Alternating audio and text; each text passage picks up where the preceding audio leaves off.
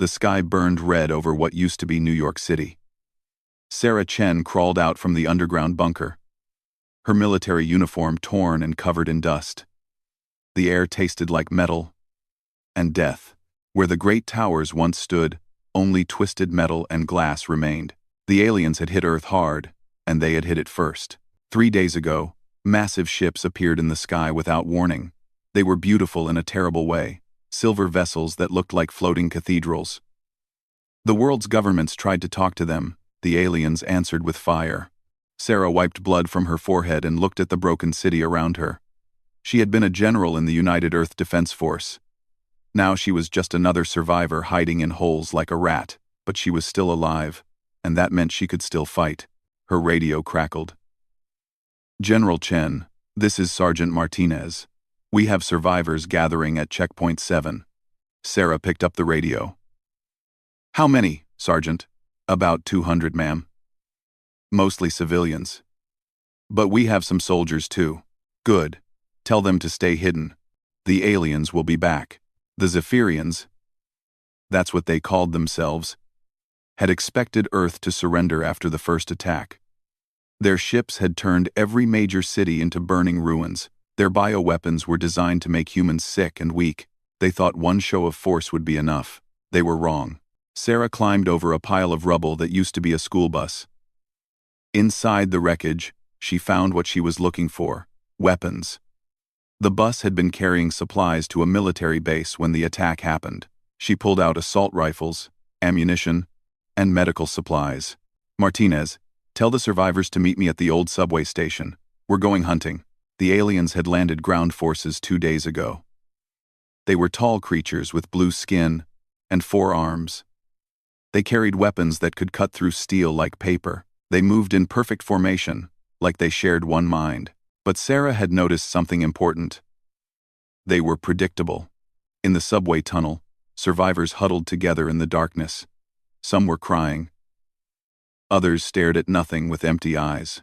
Children held their parents' hands and asked when they could go home. Sarah stood on a pile of concrete so everyone could see her. "Listen to me. The aliens think they've won. They think we're beaten. But they don't understand humans very well." An old man raised his hand. "General, they destroyed everything. How can we fight them? They have ships that can destroy cities." "Yes, they do. But they also made a mistake. They hit us first, but they didn't finish the job. And now we know what they can do." Sarah pointed to a map on the wall. "The aliens are setting up bases in Central Park and Times Square. They think they control the city now. But this city has thousands of tunnels, sewers, and basements they don't know about. We're going to use those tunnels to hit them where they don't expect it." A young soldier stepped forward. "Ma'am, we only have small weapons. How can we hurt them?" Sarah smiled for the first time in 3 days. "Son, humans have been fighting bigger, stronger enemies for thousands of years. We didn't survive by being the strongest. We survived by being smart, mean, and too stubborn to die." She pulled out a piece of alien technology she had found near the crash site. "This is their communication device. Dr. Webb down in the science bunker thinks he can figure out how it works. Every time we kill one of them, we learn more about them." The next morning, Sarah led 20 volunteers through the subway tunnels. They moved quietly, using hand signals she had taught them. The aliens had sensors, but they were looking for big groups and vehicles. They weren't watching for small teams moving through underground passages. They reached the first alien patrol at sunrise. 3 blue-skinned soldiers walked down Fifth Avenue like they owned it. Their weapons hummed with energy, and their eyes scanned left and right. But they didn't look down at the storm drain where Sarah's team waited. "Remember," Sarah whispered into her radio, "we hit fast and disappear. Don't try to fight them head-on." The humans struck like ghosts. Bullets flew from windows, sewers, and rooftops all at once. The aliens spun around, trying to find their attackers, but by the time they aimed their weapons, the humans were already gone. One alien fell, his blue blood mixed with rainwater in the street. The other 2 called for help in their strange clicking language. Within minutes, flying ships appeared overhead, searching for the attackers with bright lights. But Sarah's team was already 3 blocks away, moving through tunnels the aliens didn't know existed. That afternoon, they hit another patrol. This time they used improvised explosives made from cleaning chemicals and car parts. The blast killed 2 aliens and damaged their vehicle. Again, the humans vanished before reinforcements arrived. By evening, alien patrols had doubled in size. But now they moved carefully, watching every shadow. Fear was something new for them. For 300 years, they had conquered worlds through overwhelming force. Nobody had ever hunted them before. Sarah sat in the subway station, cleaning her rifle. Around her, the survivors looked different now. The despair was gone from their eyes. In its place was something harder, colder. They had tasted alien blood, and they wanted more. "General," Martinez said, sitting down beside her, "the aliens are pulling back to their main bases. They're scared." Sarah nodded. "Good. Fear makes people make mistakes. And we're going to take advantage of every mistake they make." Sarah, a young woman, approached them. She carried a backpack full of electronics. "General Chen, I used to work for NASA. I think I know how their communication system works. If we can capture one of their command units, I might be able to listen to their messages." "What's your name, miss?" "Jennifer Park, ma'am. I was in the Space Center when they attacked. I saw how their ships coordinate with each other. They use a central command structure. If we can disrupt that..." Sarah stood up and looked at her makeshift army. 200 survivors armed with human weapons and alien hatred. It wasn't much against an interstellar empire. But it was a start. "People of Earth," she said, her voice echoing in the tunnel. "They hit us first. They burned our cities and killed our families. They thought that would be the end of it, but they don't understand what they've done. They've given us a reason to fight. And humans with a reason to fight are the most dangerous creatures in the universe." Outside, alien ships patrolled the burning city. But in the tunnels below, something new was being born. Something the aliens had never faced before, human resistance that grew stronger with every defeat. And learned something deadly from every loss. Dr. Marcus Webb stared at the alien device through his microscope deep beneath the Pacific Ocean. The Mariana Research Station had survived the attack because it was 7 miles underwater. Now it served as humanity's secret laboratory, where captured alien technology was slowly revealing its secrets. "Incredible," Webb whispered to his assistant, Dr. Lisa Park. "Look at these neural pathways. They're not individual minds at all. The device came from an alien Sarah Chen's team had killed 3 weeks ago. Every victory against the Zephyrians taught humans something new. This particular lesson was changing everything Webb thought he knew about their enemy." Lisa leaned over the microscope. "What do you mean, Marcus?" "These creatures share thoughts. Look here. This part of their brain connects directly to their communication devices. They don't just talk to each other. They think together. It's like they're all parts of one giant mind." Above them, in the ruins of Los Angeles, another human team was learning the same lesson the hard way. Captain Rodriguez crouched behind a burned-out car, watching alien soldiers move through the street. For 3 weeks, his guerrilla fighters had been hitting alien patrols. But something was wrong. "They're adapting too fast," Rodriguez whispered into his radio. "Yesterday we hit them from the left side of buildings. Today they're already watching the left side of every building." Sarah Chen's voice crackled through the radio from her command post in New York. "Explain, Captain." "It's like they learn from each other instantly. General, when we teach one group a lesson, all groups learn it at the same time." In the asteroid belt, Admiral Kozlov was discovering the same thing. His small fleet of surviving Earth ships had been attacking Zephyrian supply convoys for 2 weeks. Each attack should have been a surprise. But the aliens were getting better at predicting human tactics with impossible speed. Kozlov floated in zero gravity aboard his flagship, the damaged cruiser Moscow. His crew had painted kill marks on the hull. 12 alien ships destroyed. But each victory was getting harder to achieve. "Admiral," his communications officer called out, "we're getting a transmission from Earth. It's Dr. Webb, at the ocean station." Kozlov pulled himself to the communication console. Webb's face appeared on the screen, excitement visible in his tired eyes. "Admiral, we've figured out why they adapt so quickly. They're not individuals like us. They're a hive mind. When one learns something, they all know it instantly. This changed everything." Kozlov had been treating the aliens like human enemies, separate units that needed time to share information. "But if they were connected, Doctor, does this hive mind have weaknesses?" Webb nodded. "We think so. Their strength is perfect coordination.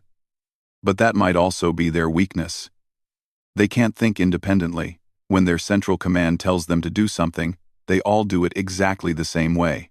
Back on Earth, Sarah was using this new knowledge to plan her next attack.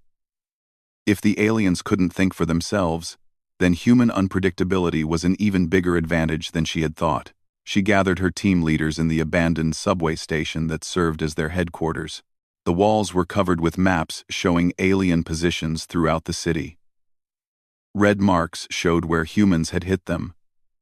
Blue marks showed alien bases. "Listen carefully," Sarah said.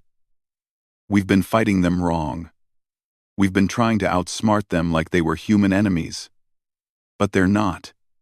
They're more like insects. Very smart insects, but insects." Sergeant Martinez raised his hand. "What does that mean for us, General?" "It means their biggest strength is also their biggest weakness. They work together perfectly, but they can't adapt when something unexpected happens." Sarah pointed to a map of Manhattan. "Tomorrow, we're going to hit them with something they've never seen before. Not tactics, chaos." That night, human teams spread across the city, prepared for the strangest battle of their lives. Instead of careful military planning, Sarah had given each team one simple order: cause confusion. Jennifer Park, the former NASA engineer, had spent weeks studying captured alien communications equipment. She sat in a hidden bunker, surrounded by electronic equipment, ready to put her knowledge to the test. "General Chen," she said into her radio, "I'm reading massive communication traffic between alien units. They're trying to coordinate response to our previous attacks." "Perfect timing, Jennifer. Begin electronic warfare."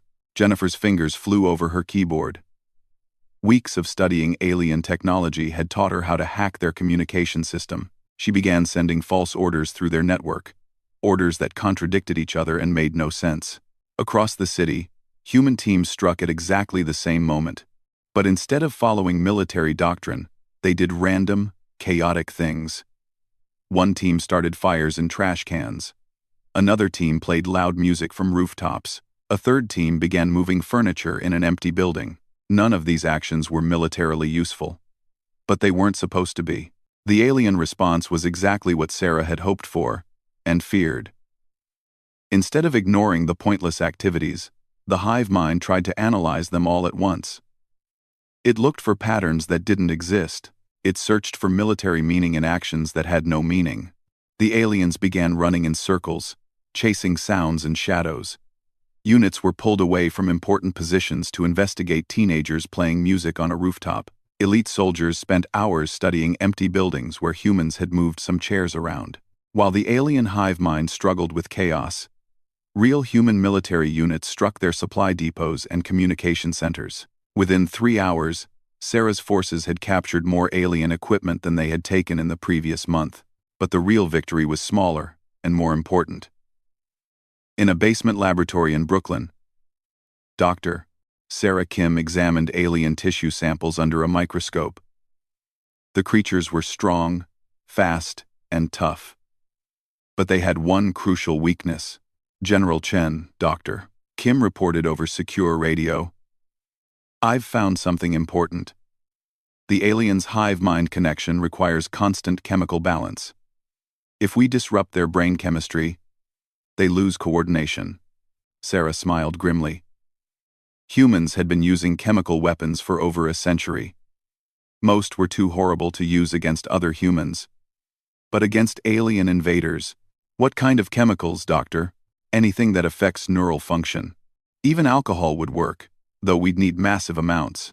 But I have a better idea. The cleaning chemicals we've been using for explosives, some of them would scramble their hive-mind connection. If we could get them into their air supply. 3 days later, human teams struck again. This time they didn't just attack alien positions. They contaminated them. Using improvised chemical weapons made from household cleaners, they turned alien bases into chaos zones where the hive mind couldn't function. Isolated Zephyrian soldiers wandered around their own bases in confusion, unable to connect with the central mind that told them what to do. For the first time since the invasion began, humans captured live alien prisoners. The prisoners were terrified. Without their hive mind connection, they were like children lost in the dark. They begged their human captors to restore their communication devices, not understanding that the devices were what made them vulnerable. Sarah stood over one captured alien in the makeshift prison deep beneath Grand Central Station. The creature was tall and blue-skinned, with 4 arms and large black eyes. Without its connection to the hive mind, it looked small and scared.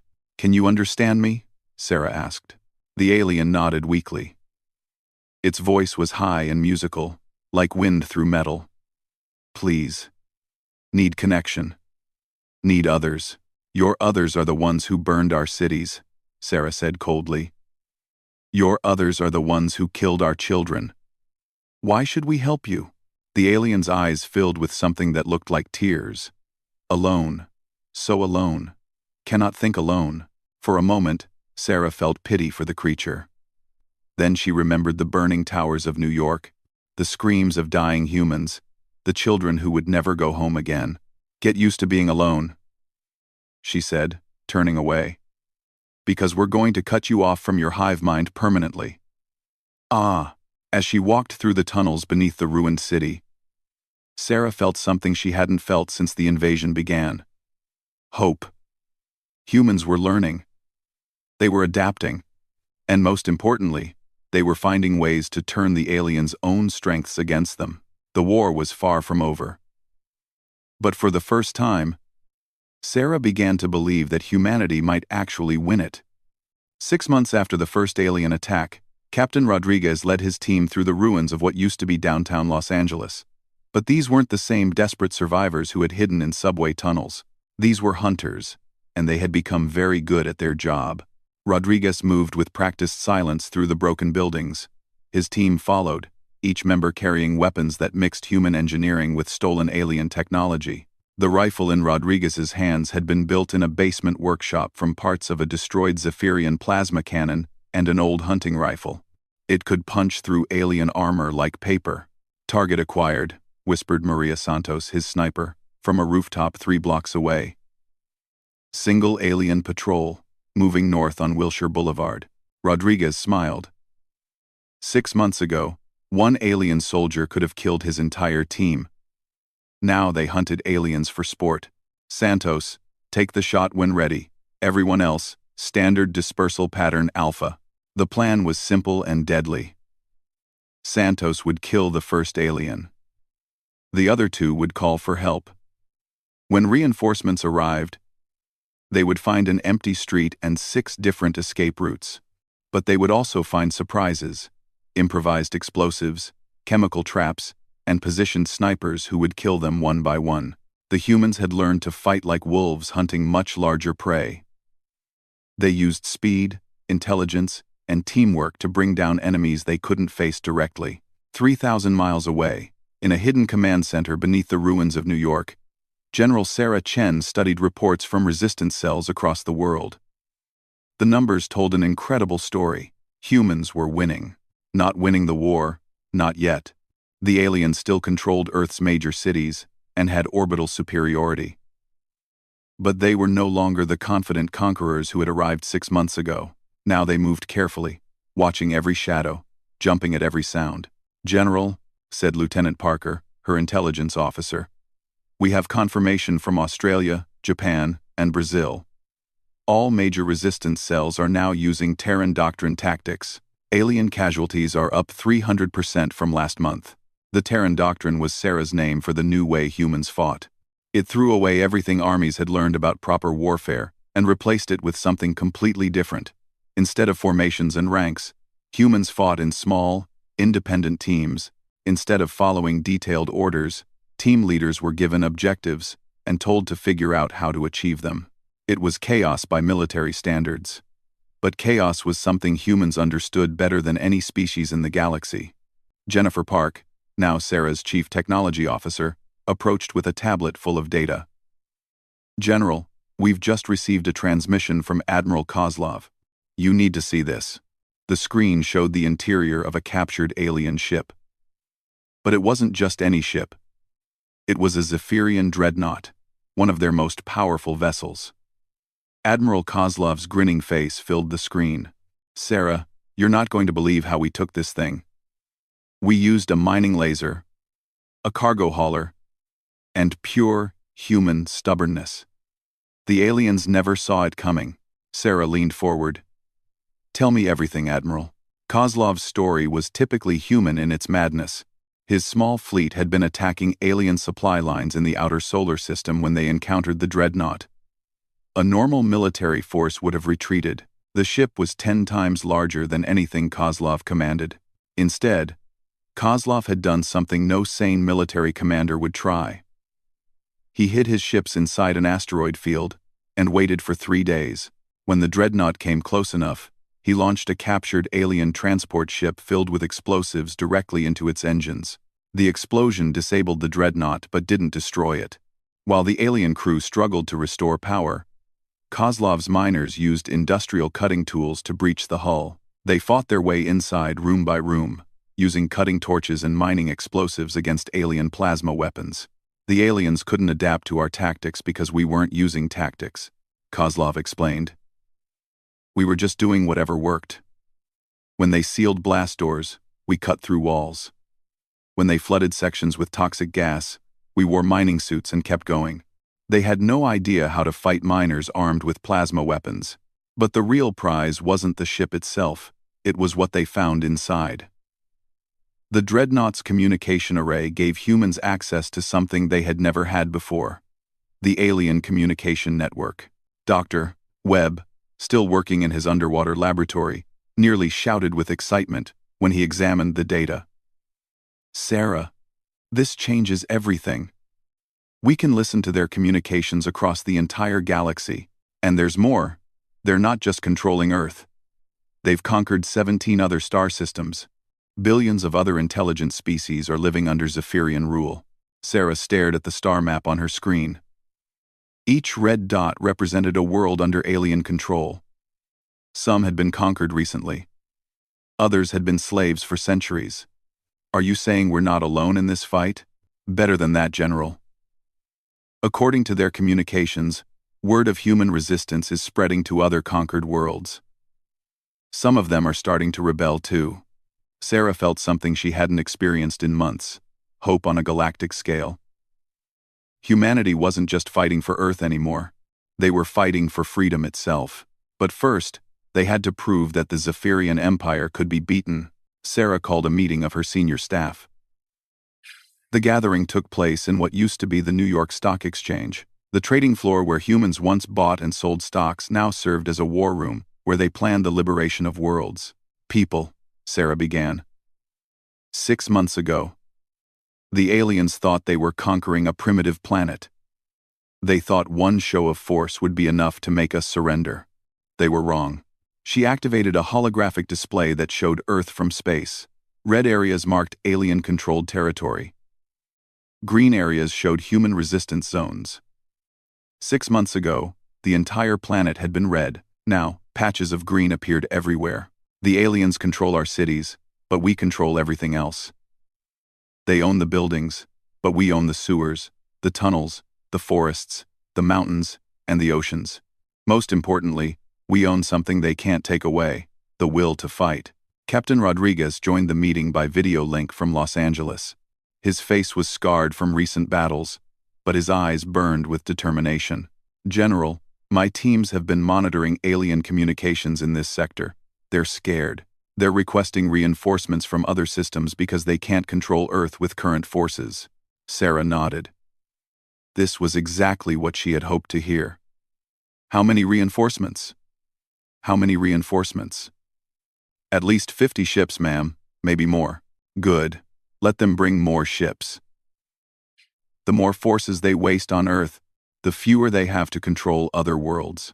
Sarah turned to address everyone in the room and everyone watching by video link from hidden bases around the world. The aliens made a mistake when they attacked us first. They thought they were conquering Earth. But what they actually did was wake up humanity. And now that we're awake, we're going to remind this galaxy what happens when you threaten human families. She pointed to the holographic display. We're not just fighting for revenge anymore. We're fighting to liberate every world under alien control. We're fighting to make sure no other species ever has to experience what Earth experienced. Jennifer Park raised her hand. General, the captured communication array has given us something else. The location of their central command. The Zephyrian capital ship, Dominion's Edge, is currently in the Alpha Centauri system. Sarah's smile was cold and deadly. Then that's where we're going next. It's time to take this war to them. As the meeting ended, humans across Earth received new orders. The defensive phase was over. Humanity was going on the offensive, and they were taking the fight beyond Earth's solar system. In hidden bases, workshops began modifying captured alien ships with human weapons and human tactics. In resistance cells, fighters prepared for battles on worlds they had never seen. In orbital shipyards built inside hollowed-out asteroids, engineers worked around the clock to build a fleet capable of challenging the Zephyrian Empire. The aliens had hit Earth first, thinking they were conquering a primitive world. Instead, they had created something the galaxy had never seen before. Humans with a reason to fight, and the technology to do it effectively. Soon, they would learn the price of that mistake. The war room aboard the stolen Zephyrian dreadnought buzzed with activity. General Sarah Chen stood before a three-dimensional star map that showed 17 conquered systems.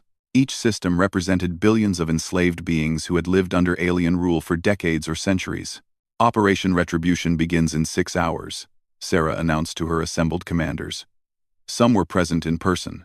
Others appeared as holograms transmitted from hidden bases throughout the solar system. Admiral Kozlov's weathered face showed determination mixed with exhaustion.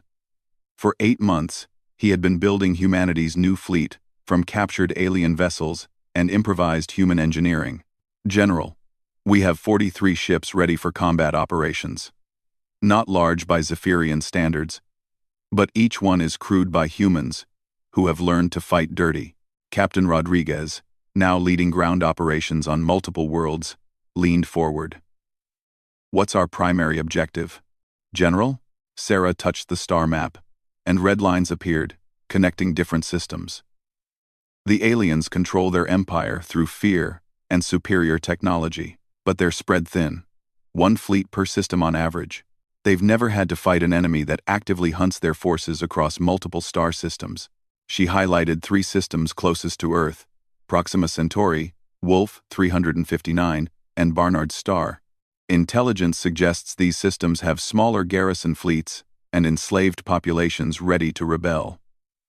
We hit all 3 simultaneously. Doctor. Webb's voice came through the communication system from his underwater laboratory. General, we've intercepted communications between these systems. The local populations have been monitoring our resistance efforts on Earth. They're ready to rise up if we can prove the Zephyrians can be beaten. Sarah nodded. This was exactly what she had hoped for.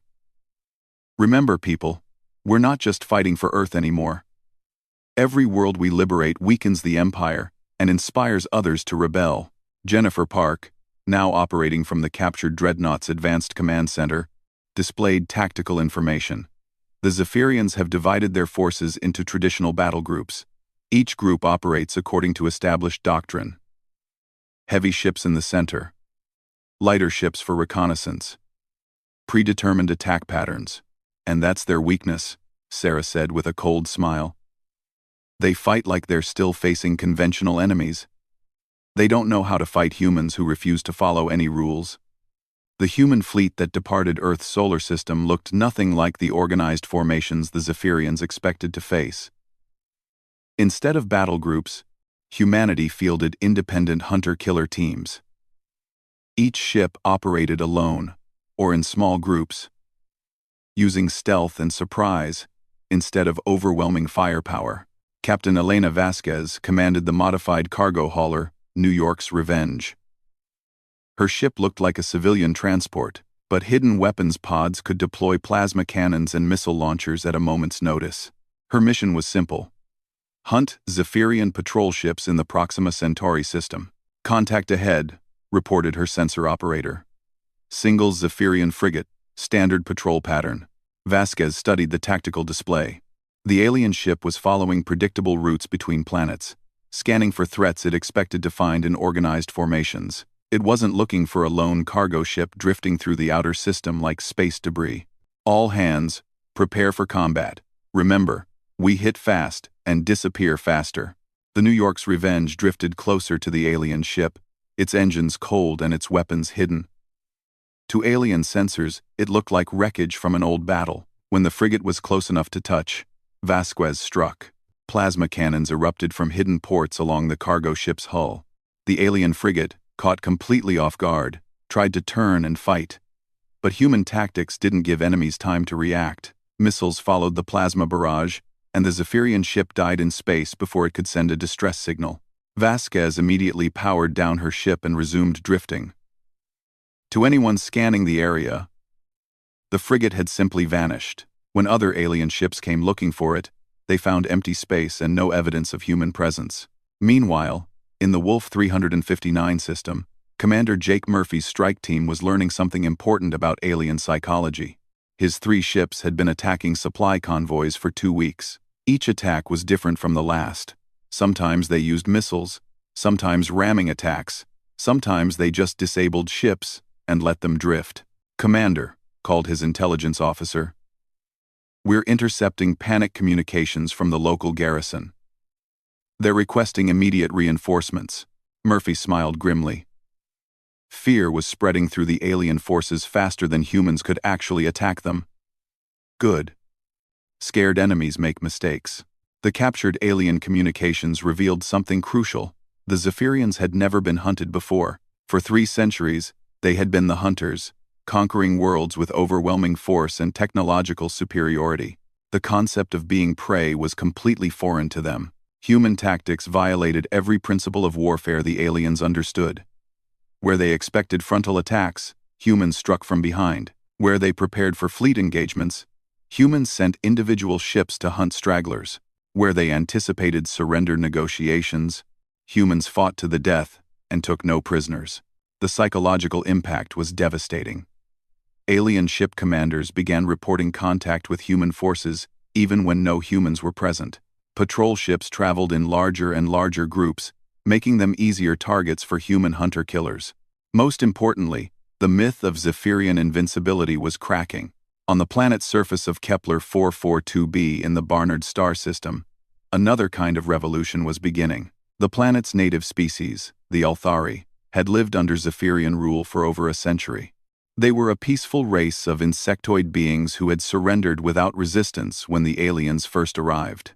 But the Althari had been listening to human radio transmissions. They knew that somewhere in the galaxy, a species called humans had turned the tables on their Zephyrian oppressors. When Admiral Kozlov's ships appeared in their system, the Althari were ready. The planet's surface erupted in coordinated rebellion. Using tactics learned from intercepted human communications, the Althari struck alien installations simultaneously across 3 continents. They might not have been warriors by nature, but they had learned from humanity that sometimes peaceful beings had to fight for their freedom. Admiral Kozlov's fleet arrived just as the planet's main Zephyrian base requested emergency evacuation. Instead of facing a defended position, the human ships found themselves supporting a full-scale uprising. "This is Admiral Kozlov to Althari resistance forces," he broadcast on all frequencies.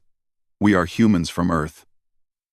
We're here to help you drive the aliens from your world." The response came back in broken English, clearly learned from intercepted transmissions. "Admiral Kozlov, this is Queen Zithara of the Free Althari. We have studied human resistance methods. We are ready to fight alongside you." The battle for Kepler 442b became the first joint operation between humans and liberated aliens. The Althari provided ground intelligence and sabotage operations. Human ships provided orbital support and transportation for assault teams. But the real victory was larger than one planet. Across the galaxy, enslaved species were monitoring the battle. For the first time in centuries, they saw proof that the Zephyrian Empire could be defeated. Within days of the victory at Kepler 442b, reports began flooding in from other systems. Rebellions erupted on worlds the humans had never heard of. Species that had been slaves for generations suddenly remembered what freedom felt like. The Zephyrians, meanwhile, were learning that their greatest strength had become their greatest weakness. Their hive-mind coordination was perfect for controlling conquered populations and fighting conventional enemies. But it couldn't adapt to the chaos of simultaneous rebellions across 17 star systems. Every time they sent reinforcements to one world, 3 other worlds would explode in revolution. Every time they tried to coordinate a response to human tactics, the humans would change their approach completely. Sarah Chen received the reports in her command center aboard the captured dreadnought. Human ships were now operating in every system of the Zephyrian Empire. Some were hunting patrol fleets, others were supporting local rebellions. A few were conducting deep raids against alien supply bases. "General," Jennifer Park announced, "we're receiving a priority communication from the Zephyrian capital ship Dominion's Edge. Emperor Zixthara himself wants to negotiate." Sarah laughed. The first genuine laugh she'd had since Earth was attacked. "After 8 months? They want to talk? What are his terms?" "Complete human withdrawal from all Zephyrian systems in exchange for limited autonomy for Earth." End quote. Sarah's expression hardened. Limited autonomy? For the planet they attacked first? She activated the communication system so her response would reach every human ship in the galaxy. "Tell Emperor Zixthara that humans don't negotiate with species that attack civilian populations. We tried talking when you first arrived. You answered with fire. Now we're answering with fire too." She cut the communication and turned to her assembled commanders. "People, we're not stopping until every enslaved world in this galaxy is free. The aliens wanted to teach us about superior force. Time to show them what happens when humans get angry." The counterattack was no longer just about revenge for Earth. It had become something larger. A galactic war of liberation that would not end until the Zephyrian Empire was nothing but a memory. The throne chamber of the Zephyrian capital ship, Dominion's Edge, had never known the sound of human footsteps. For 3 centuries, only conquered species had walked these polished floors, brought here in chains to kneel before Emperor Zixthara. Today, General Sarah Chen walked through those doors as an equal. The chamber was massive, designed to make visitors feel small and powerless. Holographic displays showed the Zephyrian Empire at its peak. 17 conquered star systems, billions of enslaved beings, fleets that had never known defeat. But half of those displays now showed red warning lights.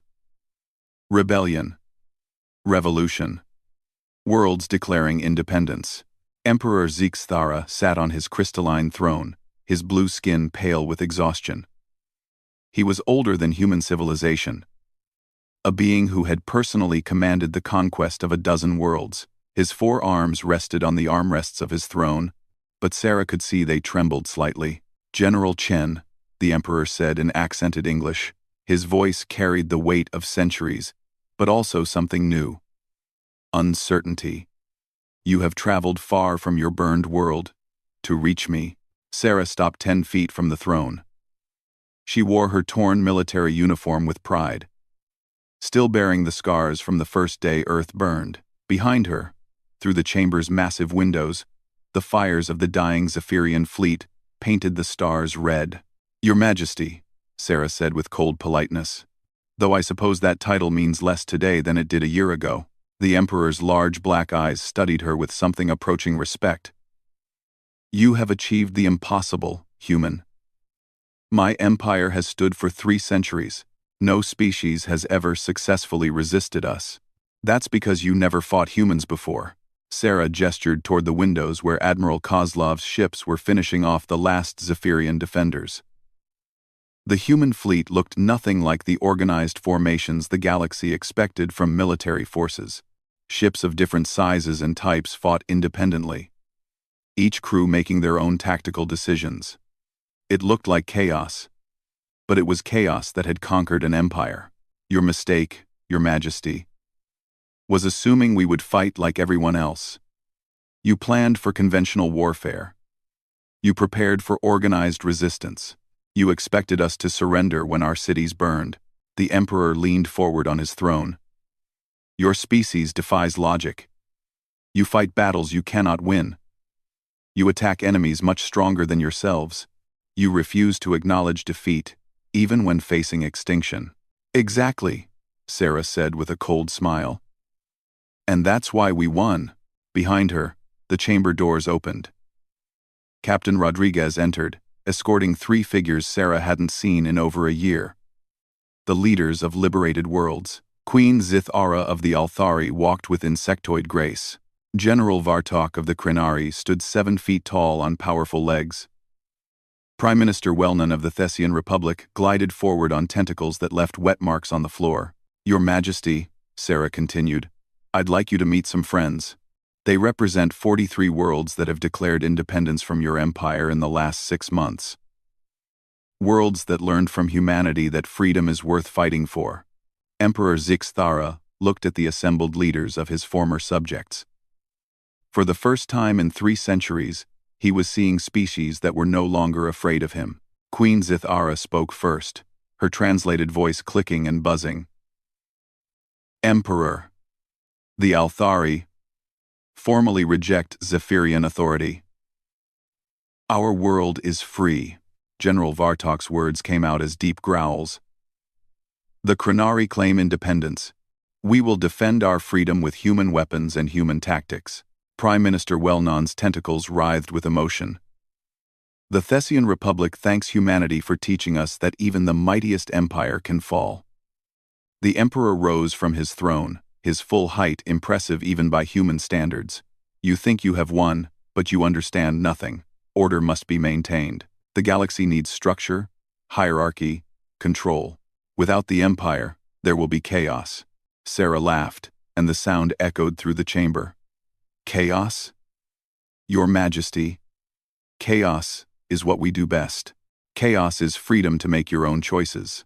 Chaos is the right to succeed or fail based on your own actions. Chaos is what you get when billions of intelligent beings decide they don't want to live under your rule anymore. She stepped closer to the throne. You hit Earth first. You thought we'd be easy prey. Another primitive world to add to your collection. You thought wrong. The Emperor's composure finally cracked. We gave you the chance to surrender. We offered you the peace of submission. You could have joined the Empire as a protectorate. After you burned our cities? After you killed our children? After you turned Earth into a graveyard? Sarah's voice carried all the rage of humanity's darkest year. You don't understand humans at all. Do you? We don't forgive attacks on our families. We don't forget. And we sure as hell don't surrender. She pointed toward the windows where the last Zephyrian ship was surrendering to human forces. Your empire is finished, not just because we beat your fleets, but because we proved something important. You're not invincible.